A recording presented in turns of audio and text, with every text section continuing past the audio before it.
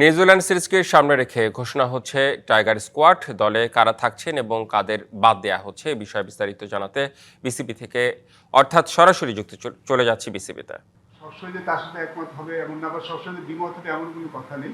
But আমরা definitely আলাপ করবো এবং আলাপটা আমরা করেছি এবং অনেক আগেই করেছি। আমরা একবার না 2-3 বার বসেছি ফাইনাল করার। না, আমি কোনো এরকম কিছু শুনিনি। আমরা ভাইস ক্যাপ্টেনের সাথে যে একদম আলাপ করি তাও না, বাট ডেফিনেটলি ক্যাপ্টেনের সাথে মূল প্রায়োরিটি ক্যাপ্টেন। বাট দু একজনের যে চিন্তা ভাবনা আমরা নেইনি তা না, আমরা একটা কথা বলছি। বা দিন শেষে আসলে টিমটা স্কোয়াডটা সিলেক্ট দেয়, বাট আমরা সবার সাথে আলাপ করে নিয়েছি। যাদের মধ্যে সবার সাথে আমাদের মিলবে কিংবা সবার কথা আমরা রাখতে পারবো। যেটা হয় স্কোয়াড করতে হলে তো আপনার মত দ্বিমত হয়, বাট আমরা কথা সবার সাথে আমি মনে একবার মেনশন করেছিলাম যে প্রায়ার টু ওয়ার্ল্ড কাপ আমরা কোনো চেঞ্জ করবো।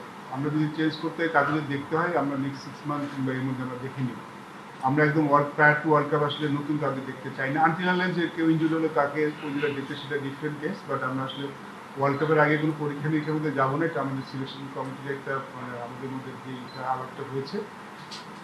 দেখুন, বাংলাদেশ টিম যখন খেলবে আমাদের ফার্স্ট প্রায়োরিটি থাকে কিন্তু ম্যাচটা যেটা আমরা যখন টিমটা বানাবো, যে টিমটা করলে আমরা জিততে পারবো, ওইখানে আমরা কীভাবে একজন দুজনকে আমরা যারা দেখছি তখনই আমরা দেখবো আমাদের যেমন সেকেন্ড অপশন।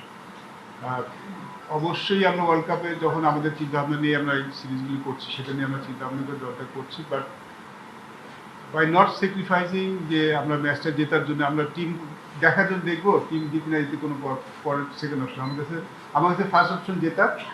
এর মধ্যে আমরা যদি কাউকে দেখার দরকার আমরা দেখে নিব, বাট এটা এই নেক্সট 6 মান্থের মধ্যে।